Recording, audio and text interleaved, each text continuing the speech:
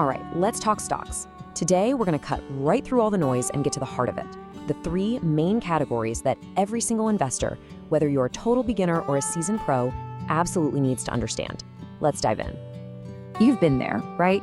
You open up a stock screener and whoa, it's just this giant sea of company names, flashing numbers, and charts. It can feel completely overwhelming. You just kind of stare at it and think, where on earth do I even start? But what if I told you there's a framework that simplifies all of that? A system that pros use to work smarter and faster, and that helps beginners avoid some really common and costly mistakes. It all boils down to asking yourself one crucial question before you do anything else. And that question is as simple as it sounds. What type of stock is this? I know, it seems basic, but this is the foundation for everything. Answering this one question completely changes how you evaluate a company from that point forward. This whole idea is called stock classification. It's literally the first step, where you sort a company into one of three buckets. Is it a value stock, a growth stock, or an income stock? And why is that so critical? Because each one plays by a different set of rules. You wouldn't judge a fish on its ability to climb a tree, right? Well, you shouldn't judge a value stock using the metrics you'd use for a growth stock. So let's dig into that first bucket. For this one, I want you to think like a detective. You're on the hunt for a hidden bargain that almost everyone else has missed. This is the world of the value stock. At its core, a value stock is a really solid company that, for whatever reason, the market has kind of soured on temporarily. Maybe there was some bad press or the whole market's just shaky. The point is, its stock price is trading for less than what the company is actually worth. The goal here is simple. You want to buy $1 for 50 cents. So, what are the telltale signs? Well, first, you're looking for strong fundamentals. This is a healthy, profitable business. Second, it has to be on sale, priced at a discount to its intrinsic value. And a classic clue is a low price-to-earnings ratio. You'll see it as the PE ratio. Just think of that like a price tag. A lower PE suggests you're paying less for every dollar of profit the company makes.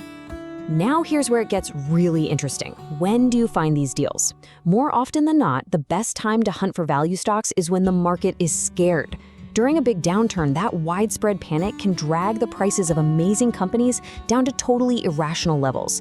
And that's when a patient investor can find some incredible bargains. Okay, let's shift gears to our next category. If value investing is like bargain hunting, then growth investing, well, that's like strapping yourself to a rocket. Here, we're talking about riding the wave of massive expansion with the growth stock. A growth stock is a company that's in high gear. I mean, its sales and profits are just shooting upwards. And instead of paying out those profits to shareholders, it's pouring every last penny back into the business on research, new products, breaking into new markets, anything to fuel even more growth. The key trait here is speed, rapid expansion. And this is so important. If you try to use a value metric like the PE ratio, these stocks are going to look crazy expensive. But why is that? It's because you're not paying for the profits the company is making today. You're paying a premium for the massive profits you believe it's going to make years from now. It's all about the future. You're making a bet that its incredible growth will continue, making today's price look like an absolute steal down the road. And that leads us to our third and final category. This one isn't about finding bargains or catching rockets. This is about building a reliable machine that just generates cash. Welcome to the world of the income stock. Income stocks are usually the big, mature, stable companies. You know, a lot of times this is what a growth company becomes when it grows up.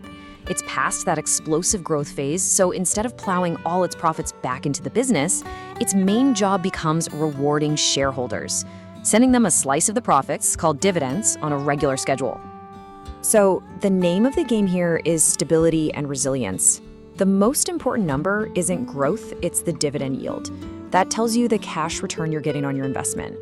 Classic examples are businesses we all need, like utility companies, or real estate investment trusts, REITs, that own and operate properties. So who are these for? Well, they're for investors who care more about a steady, predictable stream of cash than they do about seeing the stock price shoot for the moon. It's for people who want their portfolio to pay them back, month after month, quarter after quarter. And this table here, it just ties it all together perfectly. Look at how the primary goal for each stock type leads directly to a completely different key metric and a different market where it's likely to do best. They're just fundamentally different approaches. Trying to judge one using the rules of another is a recipe for disaster.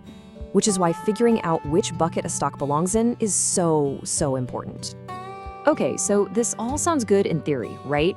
But how does this actually look in the real world? Let's take this whole idea from the whiteboard to your computer screen. Take a look at this. This is a real stock analysis tool looking at the company AMD. And what's the very first thing it does? It classifies it. Bam! Right there. Based on the numbers, the tool labels AMD a value stock.